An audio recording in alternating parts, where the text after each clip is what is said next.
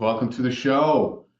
Super excited today on the show. If you are interested in building your brand online, offline, you're at the right spot. Today we have Brandon Berkmeyer. He's a personal brand strategist, founder of Brands on Brands Consulting, best-selling author and keynote speaker, host of the top-ranked branding and marketing podcast, Brands on Brand. He's a former media director for Fortune 100 companies, including Coca-Cola, Wells Fargo, and Apple, a multi-award winner since 2012. Welcome, Brandon.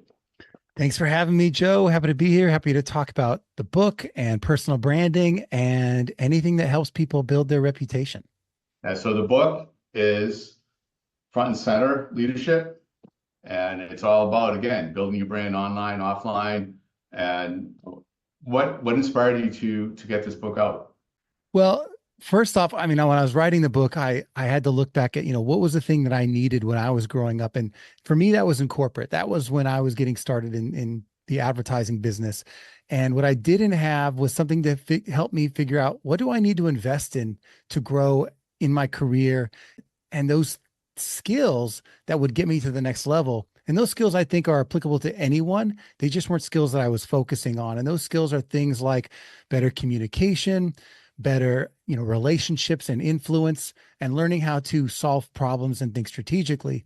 So in figuring all that out, I was like, how do I mash this up into a book? And I think all those skills are under the umbrella of what I call personal branding. But that was the message I wanted to get out there. And then I had to figure out who I wanted to write it for. I oriented towards leadership, towards anyone looking to build themselves up in, a corporation. But I definitely did this for myself as an entrepreneur. So all the lessons are applicable kind of across the board there. No, absolutely. And this show obviously is typically on real estate. This topic covers real estate, any topic, like you're saying, leadership, whatever market you're in, whatever brand you're trying to build, any kind of industry. What this book can sing to that. One of the things I had alluded to in the beginning, in the opening, was online and offline. You're primarily, I see you online, you podcast, obviously now you get your book out, your videos, and most of the book is about building a presence and a system online. What surprised me was that you also talk about offline, building reputation, hand-to-hand, face-to-face, getting out in front of people. Most people talk about going the other way around, taking what you're doing online and taking it offline. This is both hand in hand going together. I found that super interesting and a different approach. Yeah, for me, it was super important to get out there and talk about not just the things online. There's plenty of online things in this book, especially from a content creator's perspective, about establishing yourself, posting on LinkedIn, using social media, creating content. But I felt like that was only one leg of the stool. In fact, I think there's 3 legs to personal branding. I call them content, community, and impact. And for me, the community and impact pieces are really the things that we've been doing since before social media existed to build reputation. It's getting out there, boots on the ground, shaking hands, meeting people, and doing what's right, doing the things that serve people, that help people, so that when they ask, do you know someone that does this thing? They refer you, right? Yeah. That's how I think for anyone that even is looking to build a personal brand today, that's a core tenet that if you are relying too much on social media, you're going to miss that. You're going to miss what I think is actually the easier thing to do when you're getting started, especially locally. Building those relationships is key. Joining the groups, participating with like-minded individuals, and spreading your reputation that way. And of course, then leveraging online as well. But if you're only doing it online because it's easier, then I think you're missing a step. I agree. It's almost, you would mention social media is new when all the other stuff was always happening. Social media was the tapes that you would purchase in the back, or the CDs that you're buying at the end of the training session, or buying online, or finding in some magazine.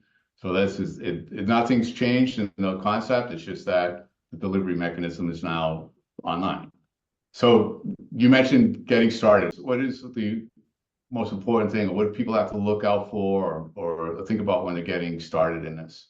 Yeah, absolutely. So I call this front and center leadership for a reason, right? It takes action. It takes you being willing to put yourself out there. And leadership, what's funny is people have asked me to define leadership, and it's not a hard word, right? Leading is literally just being in front. It's something that kids do in line at grade school. But leadership itself, I think, is more complicated than to that, because I think there's a choice, right? Choosing to go first is what makes what you would call a leader in the typical sense, right? It's that choice. Like, we've all been in that classroom where you're put together in a group in a project, and they say, okay, the five of us have to work together. Who's going to lead the group? And no one raises their hand, right? I think leadership is being willing to raise your hand and to put yourself out there. And it takes two things. It takes the willingness to step up and to choose to go first, and to say, you know what, I'm going to take accountability and all the responsibility that comes with that. And being willing to stand out, being willing to say, you know what, I know that there's going to be more attention on me because I'm a leader. And those two things, stepping up and standing out, are the reason I titled this Front and Center Leadership to begin with. So with that, there's a lot of fear in people to get up and do that. How does somebody get over that? They want to be there. How do they get over that fear? Yeah. So I think there's fear for the right reasons, right? Like, we should be fearful in some cases because we've been proven that these things can be challenging, or that they can be hard, or that we can get in trouble for them. So when I looked at that, I had my own fear doing these things. I had my own fear leaving a corporate job and putting myself out there, being the name of my own business. And I realized when I started to analyze that, like, to get past something, I think you really need to understand it. So I started to look at, like, I'm not a person who wanted to be an entrepreneur. It's not my normal nature. I like the safety and security of a job. So fear for me showed up in a lot of ways. And I realized there's three kinds of fear that stood out to me.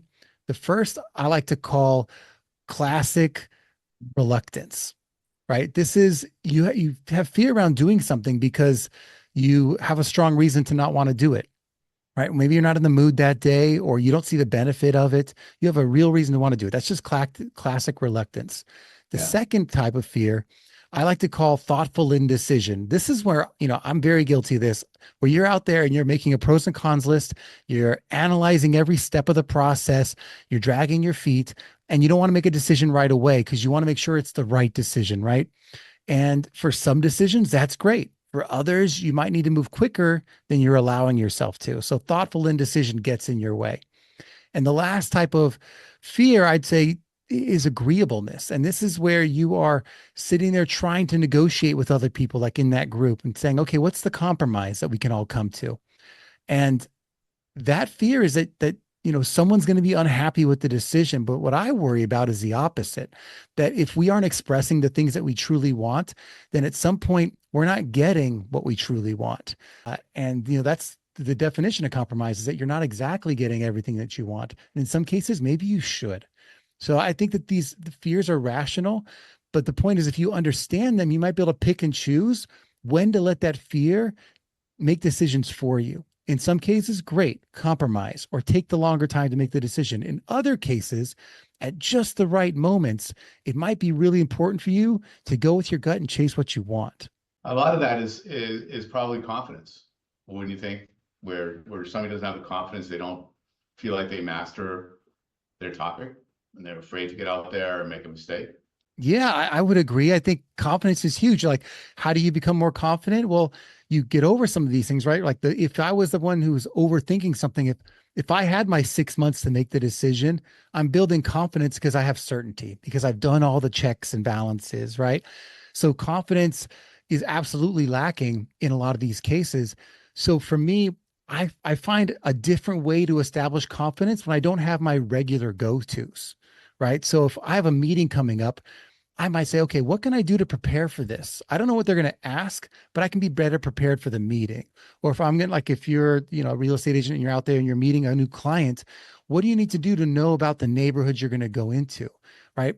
That preparedness is going to give you the confidence so that when you're talking, you're like, well, yeah, I just read about this. I know about this. I visited it, or I have a story from someone else who's been around. And I think that comes in a lot of different ways. And I definitely think in the book, I describe it as a crisis, right? I say we have a confidence crisis. I think we obviously, when we don't have the tools we need, we are not confident, we step back a little bit and we let others take the reins. And there's a way to get over that. And for me, to simplify it, I called it know, like, and trust yourself. So it's really getting out there and taking those 3 steps to say, okay, let me know everything I need to know about myself so that I know in this situation, what am I confident saying or not saying? Like if I don't know something, I'd be like, Joe, I don't know the answer to that. Like, I'd love to answer that. I just don't know. I have a feeling or I have an opinion about it. So I just don't know. And I get confidence in knowing that I'm only talking about things I know. And so if you know yourself, you know what you know, that builds confidence. The second is like yourself. If you have a habit of keeping promises and staying true to yourself, you're going to like the things that come out of your mouth because they feel true to you. They feel authentic to who you are. If you're someone who likes to like have a beer every now and then and use a curse word, great, be yourself. That's authentic to you. It's not going to feel false or put on, right? And then the last is trust yourself. And I think there's a habit of establishing patterns that build trust with yourself. Like I said, I was going to show up today for Joe's podcast. I showed up on time because I know that when I make a promise, I'm going to keep it. I'm going to follow through. And so it allows me to make more commitments like that because I've proven to myself that I'm someone of character that follows through on the things that they commit to. So I'm not afraid of making commitments because I've proven to myself over time that I keep them. Do when you say you're going to do it, right? Absolutely. And you do these things over time, you're a confident person just by the fact of who you've built character-wise behind it. So the second thing that popped out was building reputation. And what you just said, know, liking, and trusting yourself is the beginning. How do you go from there? Yeah. So reputation, I think it's not a destination, right? I think it's a journey. Like we all have reputations that we've are establishing over time. And I think if I can help for the audience paint the picture a little bit of what this looks like in reality, I think if you're going to a dinner party, and this is an example that other people use, I'm going to tweak it a little bit. If you go to a dinner party, they say your reputation is what people say about you when you're not in the room, right? For me, Yeah. I'd say that you have a little more control over that than that makes it sound like. When you show up to the dinner party, if someone doesn't know you, but they see you across the room, you get to choose that image that you're projecting. You get to choose how you dress. You get to choose how you stand, who you talk to, how you show up.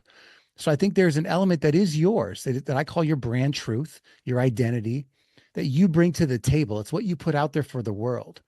And then there's their part of the equation, which is what they see. It's all those things that they're interpreting from your signals, from what you put out there, from the things that maybe they find about you online, or from the other people in the room that they're talking to. They get all these signals that they're interpreting. So there's their version of it, which I would call the brand image. And then there's your version of it, which is the brand truth. And when you meet them in the middle, there starts to be this reputation developing for that one person. And I think that's important. For each person, you're developing a different type of reputation along the way. So what I like to do, and then I talk about it in this book, is figure out how do I put the most things out there to give you the most real sense of who I am. And I do that through that content, community, and impact. I'm putting content out there online. And for me, that part of it starts with I think you have to have a perspective and a platform. You have something to say and a place to say it.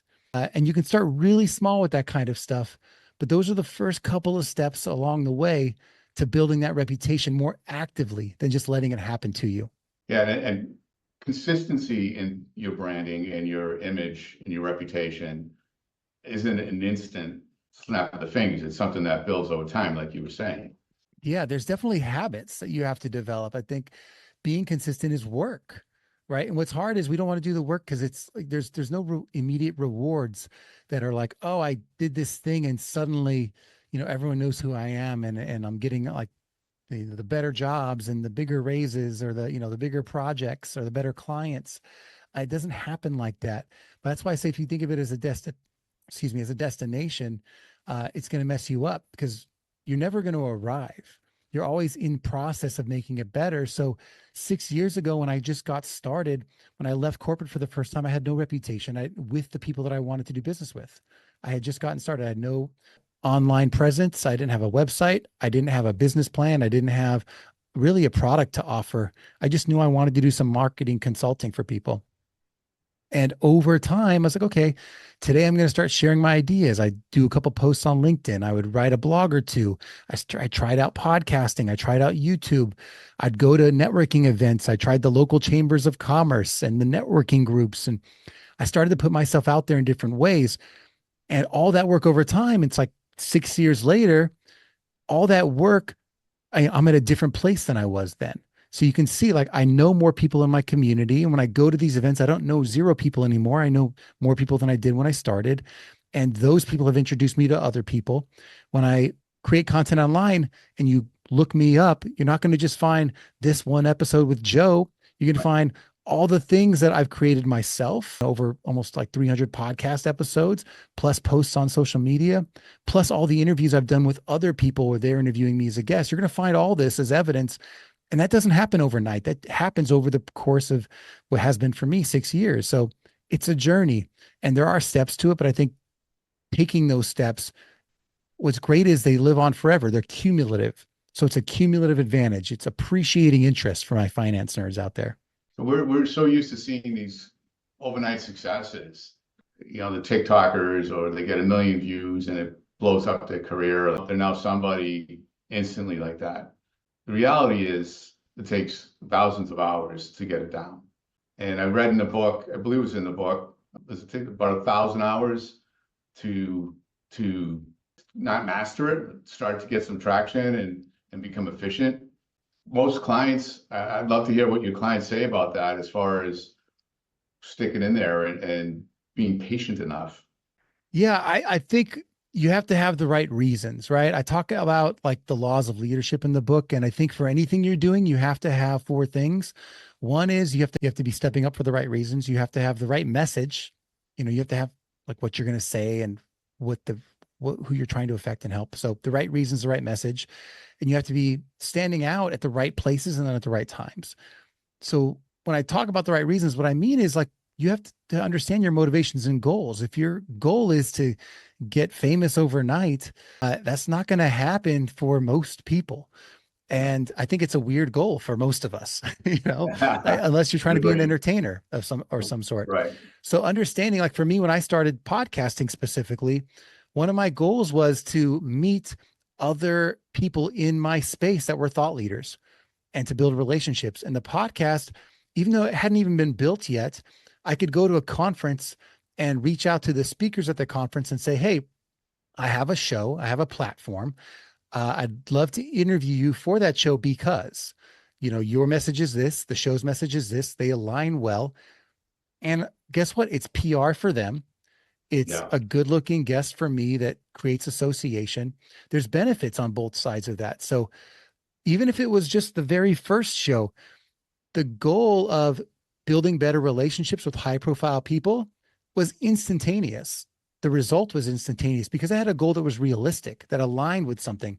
Did that relationship drive business the next day? No.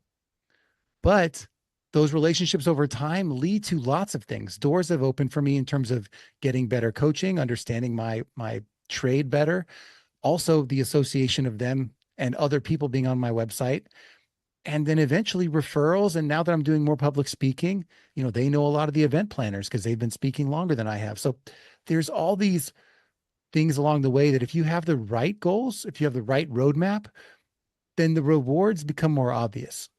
Not getting noticed overnight, is the reality.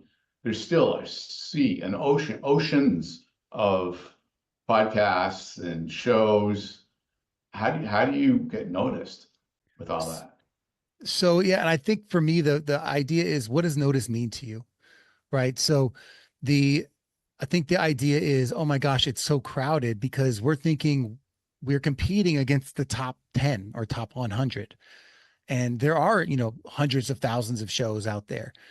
But for every show, there is a unique audience. So for Joe in North Carolina, there might be a regional group of people or a vertical industry group of people that what Joe is talking about is really relevant to them.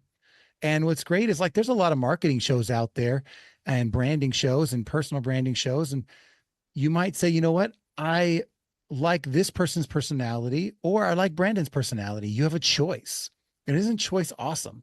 You get to vibe with someone that you like how they talk, you like what they say. And in that stage of whatever you're in your life, they're talking about something that matters to you. Like I listened to some real estate podcasts for a while when I stopped because I'm not hunting for a home right now, right? In a stage of my life, that was the right show for me. So I think there's a lot of definitely competition in the things that you're doing. But for me, it's more that when someone meets you, right, and they look you up, what are they going to find?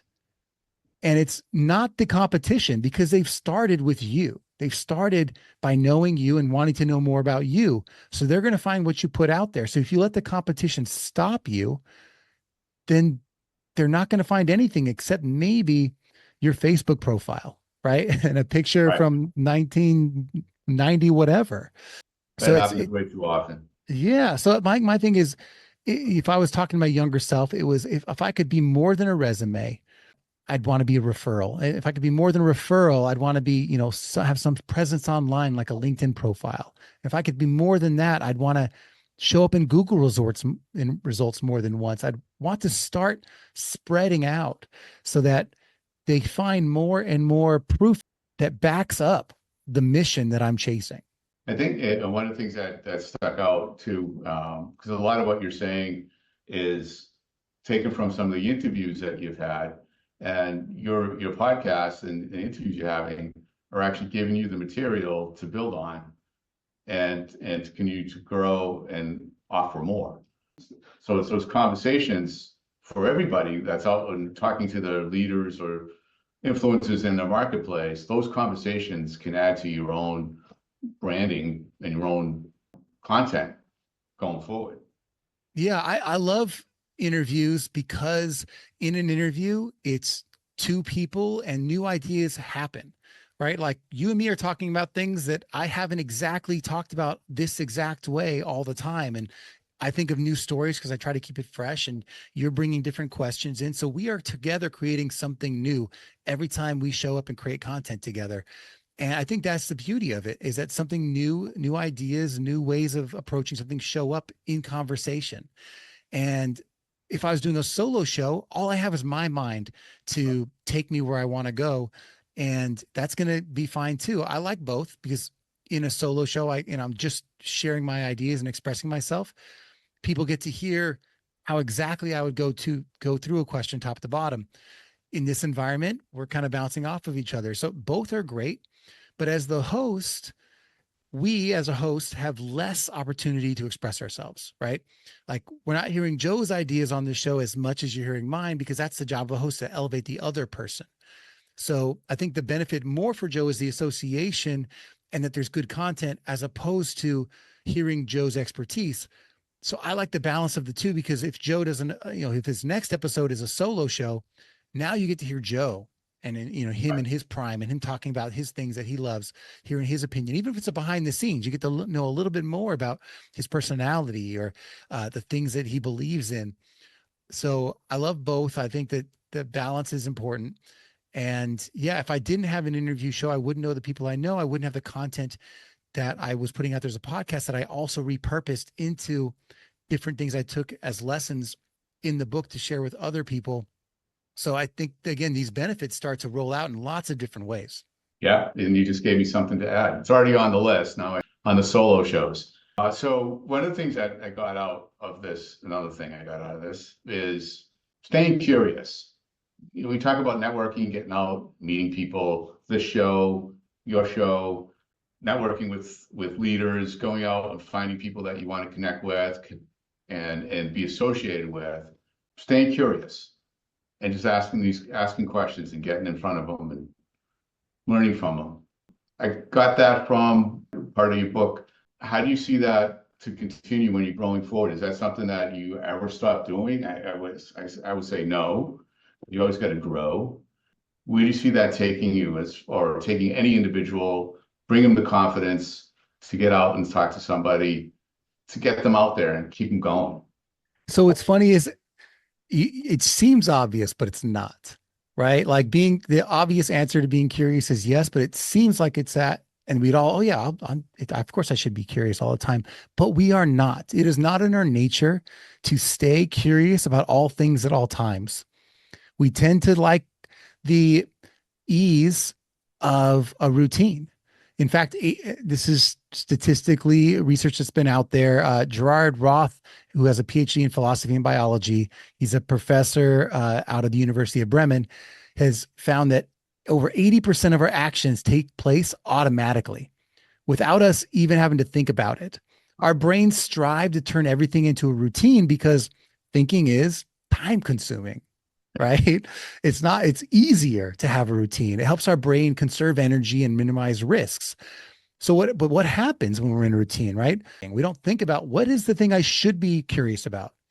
So if I could help people just kind of tweak their perception about curiosity today, it'd be, what aren't you thinking about that you should be? When I was in corporate, I wasn't thinking about how do I build my network and better relationships in my industry. I wasn't thinking about how do I get better at public speaking, or how do I do something that pushes me to being a thought leader in my industry instead of an employee in my industry. Never thought of those things, right? I was just like, how do I keep this job? How do I make my bosses happy? And as I was hitting 2, 3 years, should I be looking for the next job? Or as an entrepreneur, when I know what I know, it's like, how do I serve my clients? How do I get more leads? It's like some basic structures. But when you take the time to say, well, what else should I be curious that would help me 5 years from now? What are the best people in my industry doing that I would love to have those same skills, right? Oh, okay. Well, in my industry, a lot of the people who are great at creating courses and selling books are great public speakers. Oh, maybe I put that on my list of something to be curious about. Maybe I'll now go to more meetings with public speakers. There's a National Speakers Association. I'm going to join that. I'm going to go to more meetings with those people, learn tricks from them. I'm going to take the course and the class from that. I'm going to hire a coach on that thing because I found something specific to be curious about. So that's where I would take this conversation. Nice. Great. I had a thought, just went out of my head. One of the challenges when I'm listening to somebody, thought comes in, it goes out. It just came back. Thinking about what you're thinking about. So you mentioned that. I got this from Michael Singer. He's an author and a speaker on meditation. And one of the things most of us don't do, and staying curious, you have to think about what you think. You have to keep your mind open and pay attention to where your thoughts are going to stay engaged, because it is not easy at all. So now someone's getting noticed.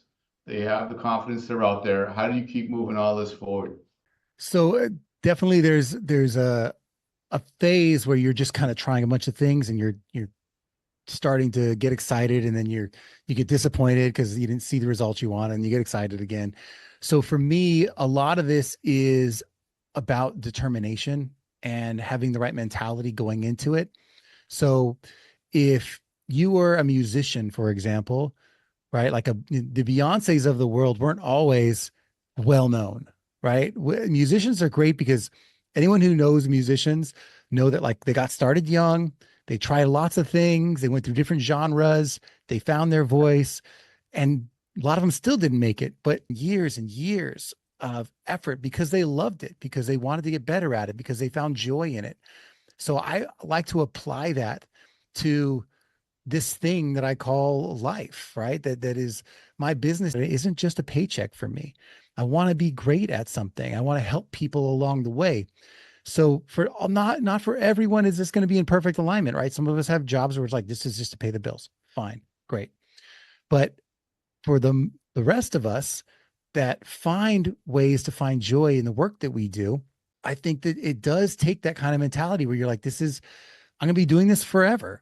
So what are the things I could be doing to get better at it over time, and being committed to that process? And by doing that, you start to establish habits and practices and things along the way to say, okay, I've gotten past the curiosity phase. Now, how do I establish consistency? There's books like Atomic Habits out there that talk about, well, to establish habits, you've got to find ways to make them obvious so that, like when you wake up in the morning, you want to work out, like your clothes are laying right there for you. It's just oh yeah, I got to do this thing. It's got to be like, for me, I set up my studio here so that I can, when I have an interview, I come, I sit down, I turn the light on and I go. I don't have to set up a bunch of equipment. It's easy. Yeah. Things like that along the way. So yeah, the consistency doesn't come from never giving up. The consistency comes from the understanding like that you have a passion for the thing that you do, establishing good habits for doing those things and wanting to make those habits easier and more efficient every day, every week. Because if it's not easy and you don't enjoy it, you're not going to do it. Agreed. What is a day in the life of Brendan look like? You've accomplished quite a bit and you continue to grow. What's your day like? What's funny is I feel like the days are all over the place. It's easier to understand, I think, this kind of work and these kinds of efforts from a long-term point of view. But my day-to-day can be anything from, on some days, I'm recording interviews with people either as a host or as a guest. I had a book that came out 3 months ago that up until now I was writing and building all the marketing materials for, but my day-to-day now is talking about the book. It's pitching the book to other podcast hosts. It is taking the content from the book, turning it into a keynote that I'm now pitching to corporate offices and to different entrepreneurs to say, let me come in and speak to your group about some of these lessons. I think it'll help. So it's a mix of things. Some days I have coaching calls where I have clients that, have scheduled time with me and we are working on their personal brand together. And other days I'm creating content. I'm like ideating or recording something that is, from my brain that's keeping the wheel going. So it's very varied. I do isolate my days to say, when you're scheduling a call with me, I use a tool that says you can only schedule at these times on these days. So things are blocked out in that way. But really, I think when people are taking on something like this, you have your small things like that. But then the next thing is, let's think about this in terms of not just the quick wins, not just the little things you can do, but what's your campaign this quarter for these 3 months that you want to tell people about that is important to you? And maybe it's not a 3-month project, maybe it's a 6-month. Like the book was a year project, right? So that became 80% of my energy on most things, with the other 20% being, keeping the things going that I'd already started. So I take on a new project every few months or quarter or every 6 months. Like speaking is a project where I'm like, okay, now let me do these things to get better, to build my keynote speech, to build my workshops, and to come up with my speaking reel, my highlight reel of all the speeches I've done. So if you can outline for yourself just one project to take on for the next 6 months, what would it be? And I think that's going to determine your day-to-day. That's what it does for me most of the time. What's your organization like? You accomplish so much. It can't just be you. I'd like to think it was a big organization. No, my work and effort relies solely on me, except for things that I outsource. I build it in a way that doesn't require a ton of effort, and I outsource things so that if something doesn't work, employees are expensive, overhead is tough. I have an editor for the show. So I found a freelancer through a website, upwork.com. And I checked 5 different people and checked all their credentials, and I found someone, and that person edits my show. And so, whenever I have shows ready to be produced or, edited for audio, I send it to them. If I have a graphic design project, I'll either do that as a one-off, or I'll hire someone to work with me over a course of time, and then I'll be done with it. So in this economy and the way that we've built these amazing systems for freelance work, it's so easy to find something to get through a project like I'm talking about. So the way I think works really well with what I need to do. And as I said, something that has consistency that needs to be done, I either try to figure out, how do I outsource this for the cheapest amount possible? Or how do I build a system or use a tool to get it done faster, more efficiently? I call it rules, tools, and pools. Like either I have like an order of operations. Like when I record a podcast, I have like 7 steps I go through every time. It makes my system very efficient, very fast. Tools is like, if I am editing myself, I have a tool that helps me transcribe it, helps me get the best clips out of it and get it out the door. And I couldn't do that without a tool that uses AI and does all the hard work for me. or I have a pool of talent. And that's once I've established that first time is always the hardest, finding the right graphic designer, finding the right editor. Once I've established a couple of pooled of, talent of people, then I'll go back to them and I'll use them over and over again. And I'll have backups for those people. And that way I don't need a team. Like I hired an editor for the book, but that was a one-time thing, Right. Right. and maybe I would go back to that same person if I did a second book in a year or two. Yeah. So that's how I like to think about it. How do you get time off? Everyone talks about a balance in life, which doesn't really work because you either into your work or you're on vacation or you're shutting down, whatever it is you got to go up and down. How do you take time off with all this doing yourself? Yeah, I do. It's for me, it's about the systems I have in place. So every time I build something, I try to make it work for my life. So when I was building the podcast system, because podcasting is a big suck of my time, when I built the podcast system, it was like, okay, do I want to do a live show? Absolutely not. Because for me, a live show means that I have to show up every Thursday at the same time of day and be ready to go from the same place, or I've got to bring a bunch of equipment with me. That's a non-starter for me. Yeah. I could be doing an in-person interview.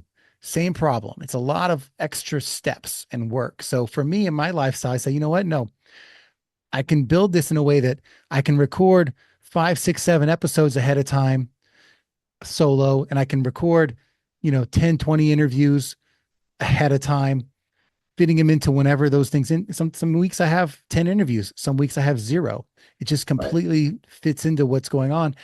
And then when I have a vacation coming up, my wife puts it on the calendar or tells me, and I put it on the calendar, and suddenly people can't schedule time with me those weeks for coaching calls.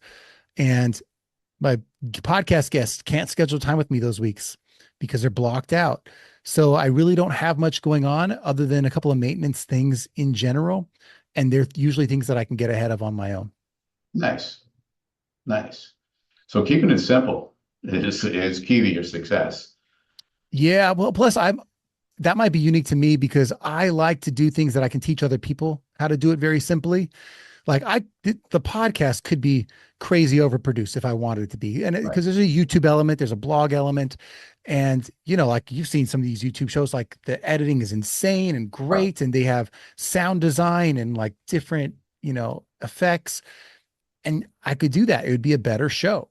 But for me, that's not realistic for the 90% of people who I'm trying to help. So I don't want to do it in that way with that. I can't tell them like, do what I do, because it's not sustainable for most people who have regular jobs, or it's a side hustle, or if they did content, they couldn't run their business. That they're like, maybe their business is actually consulting or coaching or real estate. They couldn't actually do their business and this job too. So I keep it simple for a couple of reasons, but I think realistically, if you don't keep it simple, it's not sustainable. Great advice. Perfect. Perfect. I'm all in on that. How long have you been at this? When did you get out of corporate? In 2018. So 6 years now, as we're recording this podcast, is when I left corporate. Yeah. It was the thing where I was like, oh, maybe I'd been talking about it for a few years. My wife was like, now's a good time. Like, you're between jobs. I knew it was coming, and like a client had changed over, like at advertising agencies happens a lot. So we knew that they were out the door, and when the client leaves, the job goes. So she's like, you've been talking about this. Is this the time you take to do it? So okay, we'll try it now. We got our ducks in a row. I think for anyone who takes on an entrepreneurial venture, having a runway and having a plan is super important, or doing it on the side until it becomes busy enough or productive enough that you can switch to it. But yeah, in 2018, we had built the runway and the security to say, let's do this. When did you realize you had something? I still don't realize I have something, Joe. No, I don't know. I think every year, I don't think of it like that. I think every year I'm like, okay, what are my goals for what I'm trying to accomplish? And what does success look like? I don't allow myself to critique myself until that check-in. And that could be 6 months or a year. But I say, until then, I'm just going to do the work I said I was going to do. And then I look backwards and say, did I accomplish what I wanted to accomplish? Did I hit my client goal? Did I hit my creative goal? Did I hit my productivity goal with the projects I took on? and check. And what do I want to, do I want to continue doing it? At that point, I could say, has this been worth it? Do I need to drop something? Do I need to stop doing something? Do I need to improve something? Do I need to refocus? And then I can get critical at that time of year. But what it does is it keeps me from judging myself and wanting to stop every week because that week I had a bad week, or I didn't see something come in that I wanted to come in. So that's, and I do it as a family, do it with my wife. And we talk about, like, how's the business going? What do we need to change? Is this working? How are we on budget? How does this affect taxes? Like, all the things, Right. So what is next for Brandon? So with the book just being done, my whole life this next year is getting the message about building your personal brand, about front and center leadership, and doing as many workshops to help as many people as possible build the brand of themselves. So it's just getting out there and doing nothing but that for the next year. Brandon, thanks so much. I recommend this for anybody who's trying to get up in front of people, build your own brand. It's super well written. The interviews you have in here, the people that you bring into it to help explain the process and pathways, really well done. Thank Any you, Joe. last pieces of advice you'd like to share? Where can people find you? Yeah, both. So for me, if the easiest way to find me is brandsonbrands.com. If anyone's out there looking to get some tips on how to get started, I have a whole podcast about that. Just type in Brands on Brands, and that's the easiest way. I also have if people want to know how they're doing with their personal brand, I have a scorecard that you answer 10 questions and it rates you and grades you on your personal brand today and places that you can get better developing it. That's at brandsonbrands.com/scorecard. If they're interested in that kind of thing, it also invites them to say, okay, let's talk about the scorecard together with Brandon. So they get a call with me after that. So that's the easiest way to get a hold of me. And otherwise, just find my free content. Definitely find the book at brandonberkmeyer.com or on Amazon at Front and Center Leadership. And yeah, what am I looking forward to? Was that the other question? I forget. Or one last thing to leave with the audience? One last thing. Yeah, I would say this. I would say that in my life, I found that there are moments in time, like that movie, We Bought a Zoo. If you haven't seen it, it's, at some point they say, it just takes 20 seconds of insane courage to get everything you've ever wanted in life. And I like to think about that. I don't think you have to make the right decision every day. I don't think you've got to do all the things that I talk about in the book every day. But I'm hoping that with the lessons in the book or something you've heard on the podcast today, there might be a moment that comes up, and that might be to change jobs or to move across the country like I've done, or to chase that special someone, or to take a risk on a new hire or a new hobby even. But if something's feeling like this might be a moment, maybe you're given the permission to have a little bit of courage to take that risk without having all the answers today. Well said. Love it. Brandon, thanks so much. Thank you.